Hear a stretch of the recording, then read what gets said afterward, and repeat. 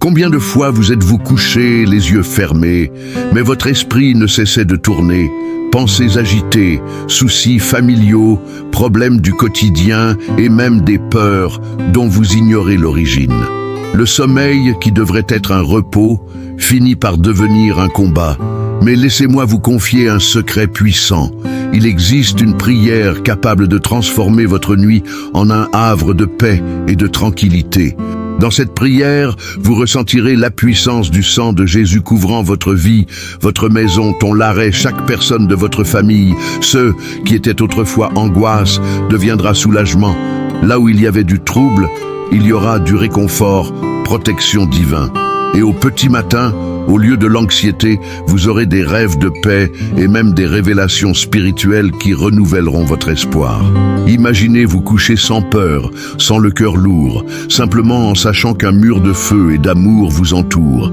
Il ne s'agit pas seulement de s'endormir rapidement, mais de se réveiller frais et dispos, avec énergie, légèreté et cette agréable sensation d'avoir reçu la visite du ciel pendant la nuit.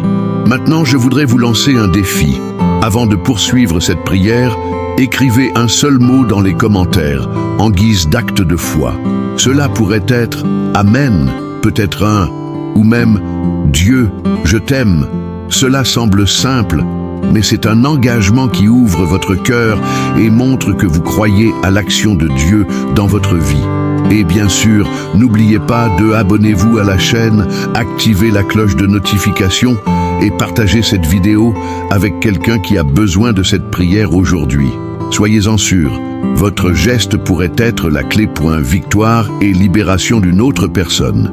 Beaucoup parlent de la puissance du sang de Jésus, mais peu prennent le temps de réaliser qu'il est la véritable source de vie. Ce n'est pas une simple métaphore, c'est une réalité spirituelle qui renouvelle le corps, l'âme et l'esprit.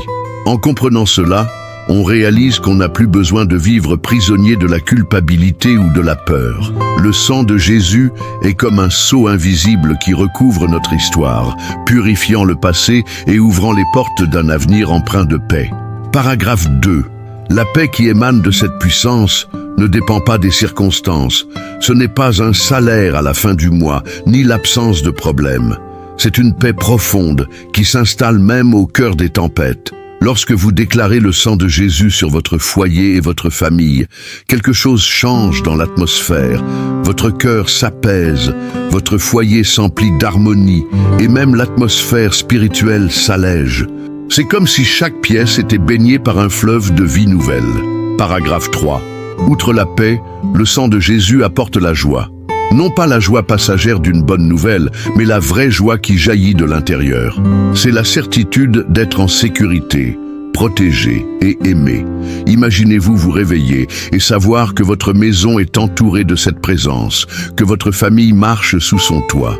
Cette joie ne dépend pas de fêtes ou de cadeaux, mais de quelque chose d'éternel, déjà accompli sur la croix. Paragraphe 4. Un autre aspect fondamental est la libération.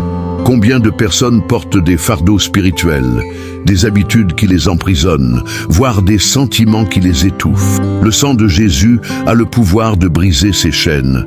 C'est comme si chaque lien invisible était rompu, vous libérant ainsi pour vivre en toute sérénité. Avez-vous déjà songé à regarder votre vie et à constater que ce qui vous dominait n'a plus de pouvoir sur vous? C'est cela, la véritable libération. Paragraphe 5. La rédemption est peut-être la plus belle part de ce pouvoir, car il ne s'agit pas seulement d'effacer les péchés, mais de transformer les destins. Le sang de Jésus rachète, restaure et remet sur le droit chemin. Même les cicatrices du passé peuvent devenir des témoignages de victoire. Si quelqu'un vous regarde et vous demande « Comment avez-vous gagné ?», vous aurez une réponse simple. C'est grâce au sang de Jésus. Paragraphe 6. C'est pourquoi tant de chrétiens, à travers l'histoire, ont été témoins de miracles en implorant le sang de Jésus. Des histoires de familles restaurées, de foyers protégés et de personnes guéries. Vous pouvez commencer à en faire l'expérience en déclarant quotidiennement au-dessus de votre foyer « Ma maison est couverte du sang de Jésus ». Ce n'est pas forcément compliqué. C'est la constance qui amène le changement. Paragraphe 7. Alors, Si aujourd'hui vous recherchez une vie nouvelle, la paix, la joie, la libération ou la rédemption, rappelez-vous que tout cela a déjà été accompli. Le sang de Jésus ne vieillit pas, ne perd pas sa validité et reste aussi puissant qu'au premier jour. Croyez, déclarez et recevez, tout simplement. Et ce n'est qu'un début, car l'étape suivante consiste à comprendre comment cette protection spirituelle se manifeste dans votre foyer et votre famille. Quand on pense à la sécurité, on pense immédiatement aux serrures, aux cadenas ou aux alarmes. Mais il existe une protection bien plus puissante, inaccessible au commerce, la protection spirituelle. Le sang de Jésus, proclamé sur votre foyer et votre famille, agit comme un mur invisible, un bouclier infranchissable. C'est comme si chaque porte, chaque fenêtre et même le toit étaient marqués d'un sceau divin garantissant paix et sécurité. Paragraphe 2. Cette protection ne signifie pas que les ennuis ne frapperont jamais à votre porte. Ils pourraient même essayer, mais ils n'auront pas l'autorité de rester. Imaginez votre maison comme un château entouré de murs solides. Même si des flèches sont tirées de l'extérieur, aucune ne peut pénétrer. Le sang de Jésus couvre la maison et bloque l'action des forces spirituelles opposées. Cela apporte confiance, même dans les moments les plus difficiles, lorsque le cœur persiste à s'inquiéter. Paragraphe 3. Vous pouvez mettre cela en pratique de manière simple. Au réveil, déclarez que le sang de Jésus couvre votre famille. En quittant la maison, dites une brève prière. Seigneur, couvre cette porte de ton sang, afin qu'aucun mal n'y entre. Ces petits gestes transforment l'atmosphère spirituelle. Ce n'est pas de la superstition, c'est la foi en action. Et la foi, lorsqu'elle est exercée, transforme la réalité. Paragraphe 4. Certains disent « Mais ma famille a traversé tant d'épreuves. Est-ce vraiment efficace ?» En réalité, cette protection ne dépend pas de l'intensité des problèmes, mais de la grandeur de la puissance de Dieu. De nombreuses familles connaissent des délivrances inattendues après avoir imploré le sang de Jésus pour leur foyer. C'est comme si des anges étaient chargés de veiller sur chaque recoin, apportant la paix même au cœur de la guerre. Paragraphe 5. Le plus beau, c'est de réaliser que cette protection ne s'applique pas seulement aux murs de la maison, mais aussi aux personnes. Votre esprit, votre cœur et même vos rêves peuvent être protégés. Combien de nuits blanches disparaissent lorsque vous comprenez qu'un gardien spirituel veille sur votre repos? C'est dans cette confiance que l'anxiété se dissipe et que la paix s'installe. Paragraphe 6. Il est important de se rappeler que cette protection spirituelle ne dispense pas de notre devoir de vigilance. Tout comme nous fermons les portes physiques pour empêcher les voleurs d'entrer, nous devons aussi combler les lacunes spirituelles. Les paroles négatives, le ressentiment ou les pratiques qui laissent place au mal doivent être évitées. C'est comme entretenir un jardin. Si l'on arrache les mauvaises herbes, les fleurs poussent plus fortes. Paragraphe 7. Si vous sentez que votre foyer a été perturbé aujourd'hui, ne désespérez pas.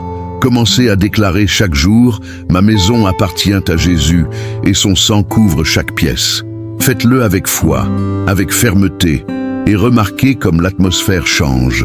Car lorsque le sang de Jésus est présent, la paix règne. Et cela nous amène naturellement à parler de quelque chose d'essentiel, la purification et le pardon qu'il nous offre. Nous avons tous, sans exception, des défauts. Parfois, ce sont de mauvais choix, d'autres fois des actes irréfléchis, ou même des pensées que personne d'autre ne voit. Ce qui nous réconforte, c'est de savoir que le sang de Jésus a le pouvoir de purifier chaque détail de notre vie. Comme il est écrit dans 1 Jean 1,7, « Le sang de Jésus nous purifie de tout péché ». Cela signifie qu'il n'y a aucune tâche si profonde qu'il ne puisse la purifier. Paragraphe 2. Quand on parle de purification, il ne s'agit pas seulement d'un acte religieux. C'est quelque chose qui touche l'être le plus profond, la conscience, apportant de la légèreté au cœur. Pensez à cette sensation ressentie après une dure journée sous la douche. La saleté est éliminée et le corps se détend. Le sang de Jésus accomplit cet acte dans l'âme. Il ôte la culpabilité, la honte et la condamnation qui tentent si souvent de nous emprisonner. Paragraphe 3. Beaucoup de gens vivent avec des souvenirs qui les pèsent comme des chaînes. S'ils le pouvaient, ils reviendraient en arrière et reviendraient sur leurs décisions, mais comme c'est impossible, ils finissent par être prisonniers du regret. La bonne nouvelle, c'est que devant Dieu, ce n'est pas le passé qui vous définit, mais le sang de Jésus qui vous couvre aujourd'hui. C'est là le véritable nouveau départ, savoir qu'il a pardonné et oublié. Paragraphe 4. Vous pouvez mettre cela en pratique quotidiennement. Lorsque vous priez, confessez vos erreurs sincèrement, sans crainte. Dites, « Seigneur, j'ai échoué, mais je couvre ma vie du sang de Jésus. » Cette attitude ouvre un espace pour que la grâce puisse couler. Et petit à petit, votre esprit se renouvelle. Les pensées lourdes cèdent la place à la paix et même votre approche des difficultés change. Paragraphe 5. Un autre point important est de comprendre que cette purification affecte également la famille. Combien de foyers portent les cicatrices de disputes, de blessures émotionnelles, voire de péchés répétés de génération en génération? Le sang de Jésus a le pouvoir de briser ces cycles, apportant guérison et restauration. Il purifie non seulement les individus, mais des foyers entiers, transformant des environnements accablés en havres de paix. Paragraphe 6. Bien sûr, l'ennemi essaie toujours de nous rappeler nos erreurs. Il murmure des accusations et tente de nous convaincre que nous sommes indignes. Mais chaque fois que cela se produit, rappelez-vous, le sang de Jésus parle plus fort. C'est comme une voix céleste qui déclare « Pardonnez, purifiez, libre ». Cette vérité est ce qui nourrit la foi et nous donne le courage d'avancer sans regarder en arrière. Paragraphe 7. Alors, si vous sentez que votre vie est pleine de tâches difficiles à effacer, ne vous découragez pas. Abandonnez-vous au pouvoir purificateur du sang de Jésus et laissez-le renouveler votre cœur. Car après la purification vient l'autorité. Et c'est de cette autorité contre les mauvais esprits dont nous parlerons maintenant. L'une des plus grandes vérités spirituelles est que, par le sang de Jésus, nous recevons l'autorité nécessaire pour affronter les forces qui cherchent à nous opprimer. Il ne s'agit pas de courage humain, mais de la certitude qu'il a déjà vaincu sur la croix. En déclarant ce pouvoir sur notre foyer et notre famille, nous établissons une frontière claire. L'ennemi ne peut y pénétrer, car ce territoire a déjà un maître. Paragraphe 2. Avez-vous déjà remarqué comment certaines situations semblent se répéter sans explication? Des addictions qui se transmettent de génération en génération, des disputes interminables ou même des maladies qui persistent? Souvent, ces choses ont des racines spirituelles. La bonne nouvelle, c'est que le sang de Jésus brise ces chaînes. Là où il y avait malédiction, la bénédiction s'installe. Là où il y avait oppression, la liberté naît. Paragraphe 3. Pratiquer cette autorité est plus simple qu'il n'y paraît. Nul besoin de formules compliquées, juste de la foi. Lorsque vous ressentez une certaine pesanteur dans votre environnement, priez à voix haute. Je réprimande toute oppression au nom de Jésus, et je déclare que cette maison est protégée par le sang de l'agneau. Cette prière ferme, même brève, a un impact sur le monde spirituel. C'est comme allumer une lumière dans une pièce sombre. L'obscurité ne peut tout simplement pas résister. Paragraphe 4. De nombreuses familles ont été témoins de transformation lorsqu'elles ont décidé d'exercer cette autorité. Une mère qui a prié pour son fils toxicomane, un père qui réclamait son foyer au milieu de disputes incessantes, le résultat a été la délivrance. Cela montre qu'il ne s'agit pas de théorie mais de réalité pratique. La foi au sang de Jésus demeure l'arme la plus efficace contre toute influence maléfique. Paragraphe 5. Il est important de rappeler que cette autorité ne doit pas être exercée avec crainte, mais avec confiance. C'est comme quelqu'un qui sait qu'il possède un titre de propriété. On ne mendie pas pour rester chez soi, on revendique le droit qui est déjà le sien. Le sang de Jésus est ce document spirituel qui garantit la victoire sur l'ennemi. Paragraphe 6. Et lorsque le doute surgit, rappelez-vous, vous ne luttez pas seul. Des anges vous entourent, la présence de Dieu est présente dans votre vie, et le sang de Jésus imprègne chaque détail. Cette prise de conscience fortifie l'âme et renouvelle le courage de résister aux attaques qui tentent d'affaiblir la foi. Paragraphe 7. Alors, si vous sentez que des combats font rage dans votre foyer aujourd'hui, ne vous contentez pas de les accepter. Levez-vous dans la prière, proclamez le sang de Jésus et exercez l'autorité qui vous a déjà été donnée, car la délivrance n'est qu'un début. Dieu désire aussi déverser prospérité et abondance dans votre vie, et c'est la prochaine étape de notre cheminement. Beaucoup pensent que la prospérité se limite à l'argent, mais elle va bien au-delà. La prospérité, c'est avoir la santé nécessaire pour profiter de la vie, des relations saines, la joie au cœur, et bien sûr, les ressources financières nécessaires pour vivre dignement. Le sang de Jésus ouvre les portes de cette abondance, car là où il est, il n'y a pas de place pour la pénurie. Il est une source inépuisable de ressources. Paragraphe 2.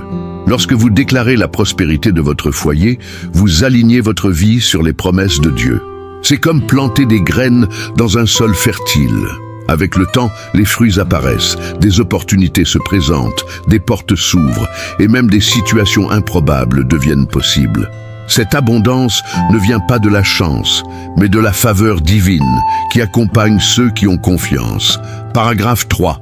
Un exemple concret, lorsque vous recevez votre salaire ou toute autre ressource, prenez un moment pour le remercier et le consacrer à Dieu. Dites, « Seigneur, que le sang de Jésus couvre mes finances. » Ce simple geste change votre état d'esprit. Au lieu de vivre dans la peur du manque, vous commencez à vivre avec la foi en la provision. Et la foi cultivée attire les miracles. Paragraphe 4. La prospérité se manifeste aussi dans les petites choses du quotidien. Un garde-manger qui ne manque jamais. Une facture payée avant la date prévue. Une aide inattendue qui arrive juste au bon moment. Ce sont là des signes de la présence de Dieu. Lorsque nous proclamons le sang de Jésus sur notre famille, même les détails de la vie quotidienne sont pris en charge par lui. Paragraphe 5. Bien sûr, la prospérité exige de la responsabilité. Dieu multiplie ce que nous lui confions, mais il attend de nous que nous soyons de bons intendants.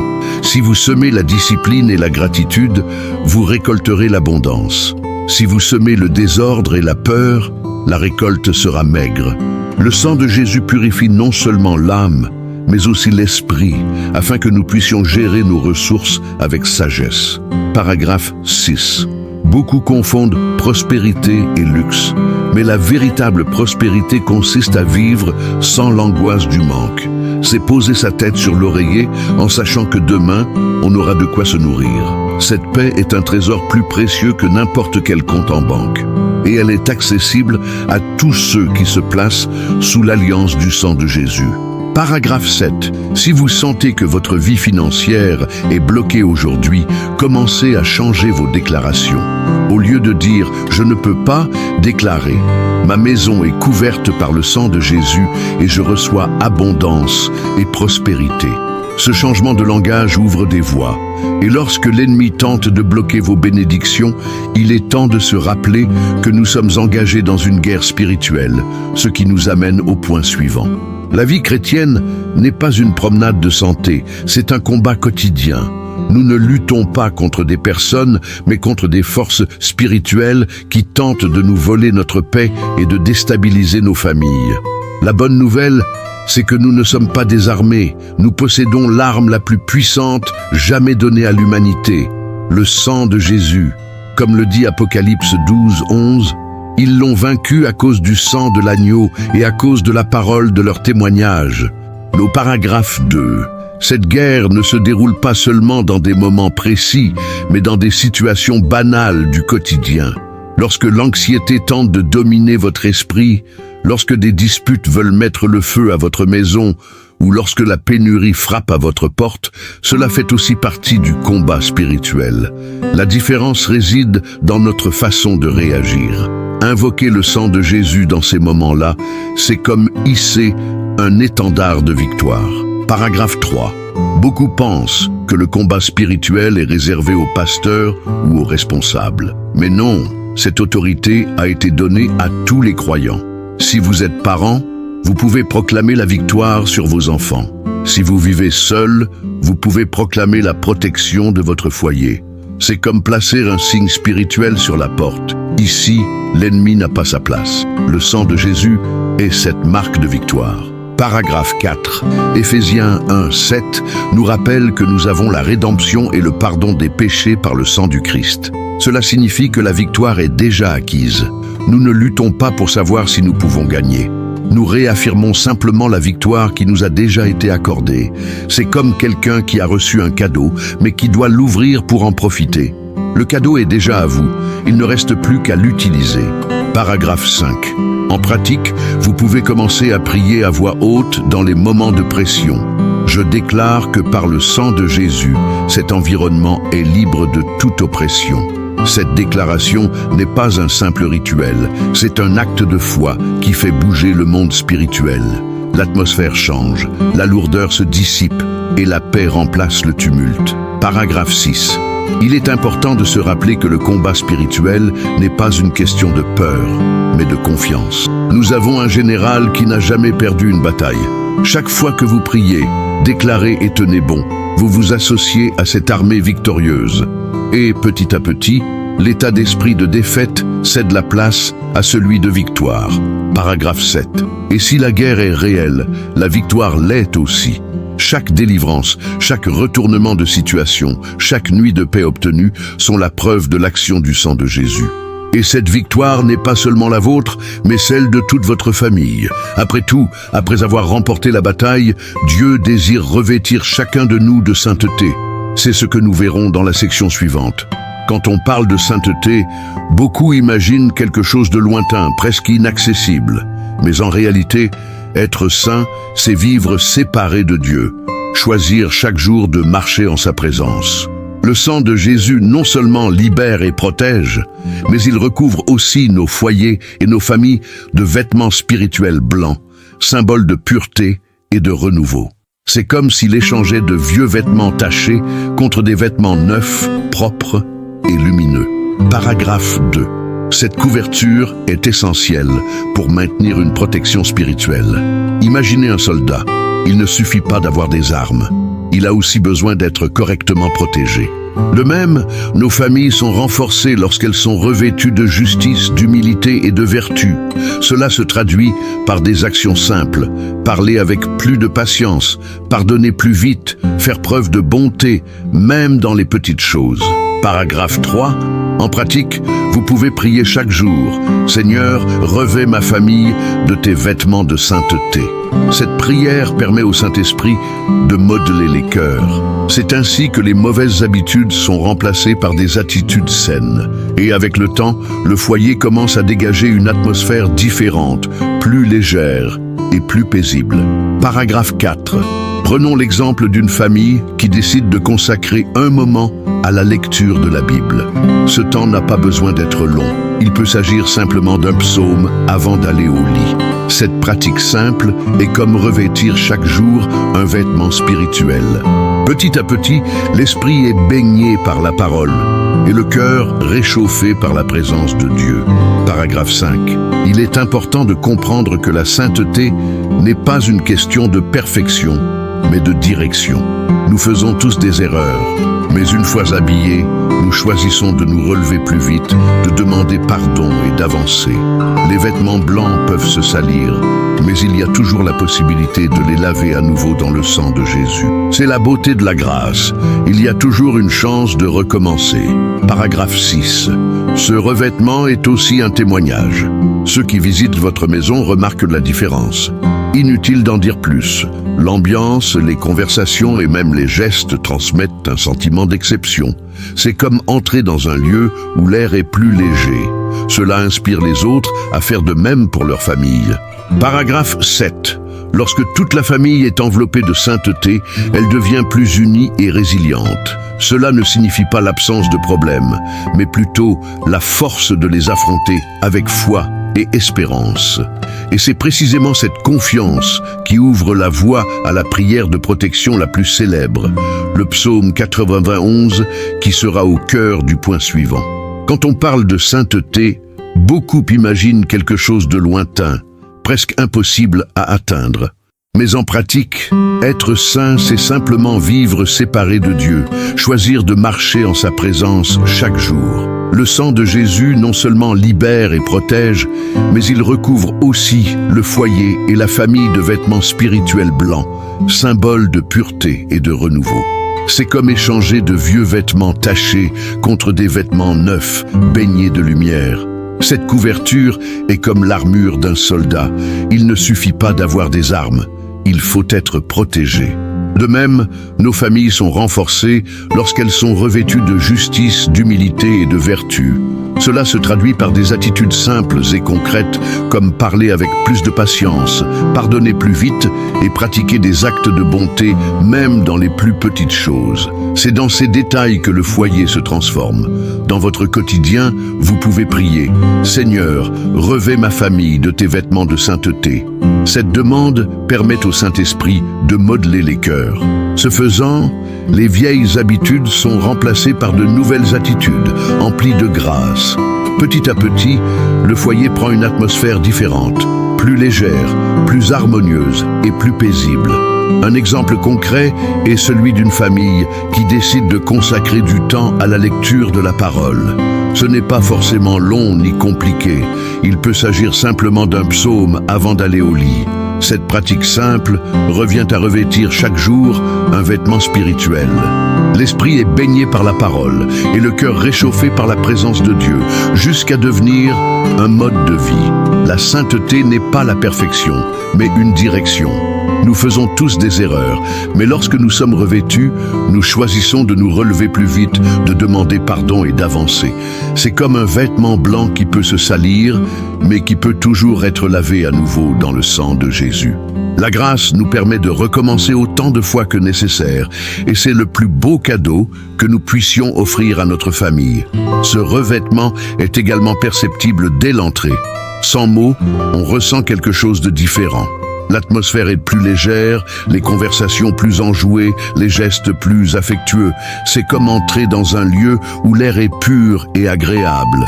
C'est un témoignage silencieux et puissant de l'attention que Dieu porte à notre foyer. Lorsque toute la famille est enveloppée de sainteté, elle devient plus unie et plus forte pour affronter les défis.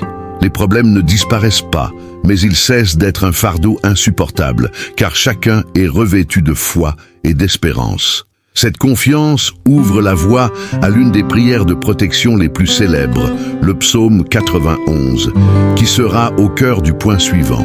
Le psaume 91 est reconnu comme un véritable bouclier spirituel. Il commence par ces mots. « Celui qui demeure sous l'abri du Très-Haut repose à l'ombre du Tout-Puissant ». Ces paroles portent déjà une promesse puissante. Si nous restons proches de Dieu, notre foyer et notre famille vivront sous sa protection. Ce n'est pas seulement de la poésie, c'est une vérité spirituelle qui apporte la sécurité en période d'incertitude.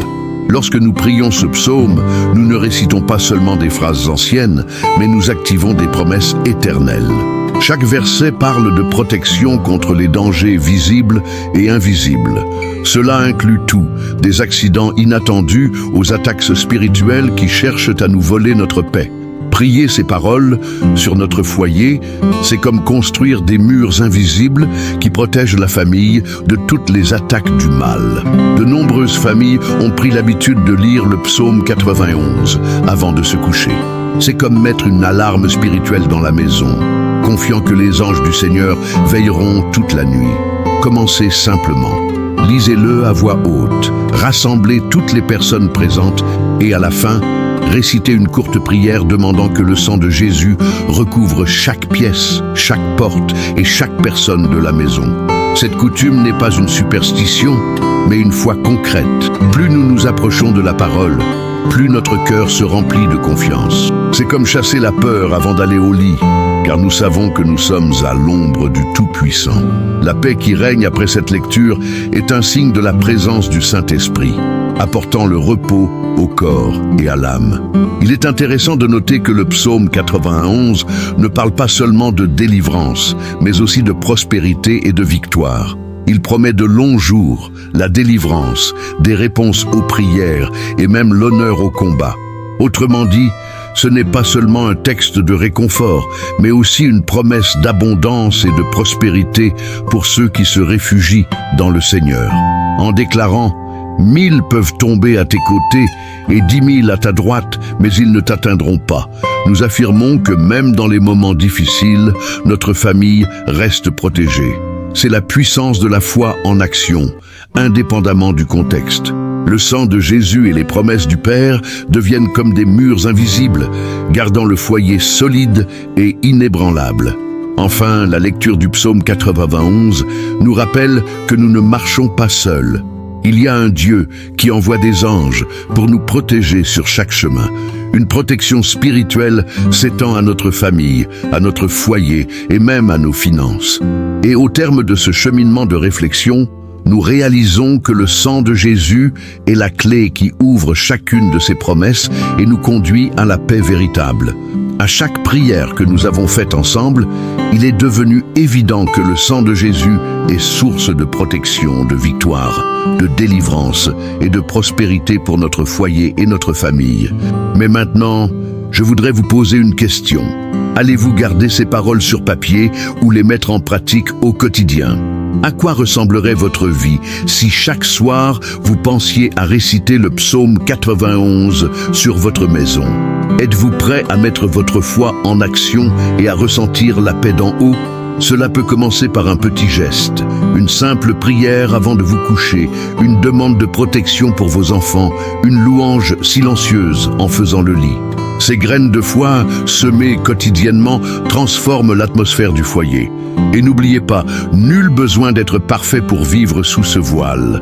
Le Seigneur nous appelle tels que nous sommes pour nous revêtir de vêtements spirituels blancs et nous remplir de paix. Il attend un cœur bien disposé. Alors, pourquoi ne pas franchir le pas dès aujourd'hui? Si ce message vous a parlé au cœur, je vous invite à écrire dans les commentaires « Dieu, je t'aime ». Que ceci soit votre déclaration publique de foi, comme un engagement qu'à partir d'aujourd'hui, vous choisissez de vivre protégé par le sang de Jésus.